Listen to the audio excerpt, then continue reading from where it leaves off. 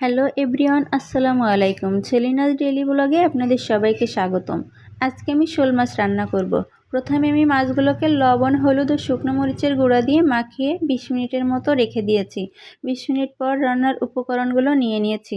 তারপর চুলায় একটা প্যান বসিয়ে পরিমাণ মতো তেল দিয়ে মাছগুলোকে হালকা করে ভেজে নিব। ভাজা হয়ে গেলে মাছগুলো একটা পাত্রে উঠিয়ে নিব।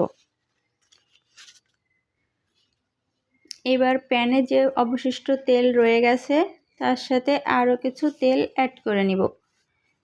এবার শিলপাটায় বেটে পেঁয়াজ, রসুন, মরিচ দিয়ে দিব। এবার লবণ, হলুদ দিয়ে দিব।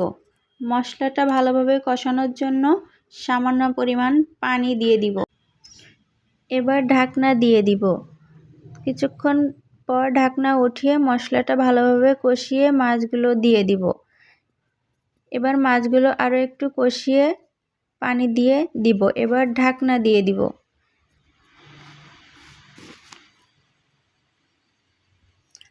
এবার ঝোলের পানি শুকিয়ে এলে ঢাকনাটা উঠিয়ে জিরা বাটা দিয়ে দিব। আবারও ঢাকনা দিয়ে 2-3 মিনিটের মতো রান্না করে নিব।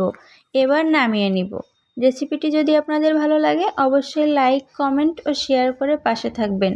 আরও এমন নতুন নতুন ভিডিও পেতে আমার চ্যানেলটিতে সাবস্ক্রাইব করবেন। আল্লাহ হাফেজ।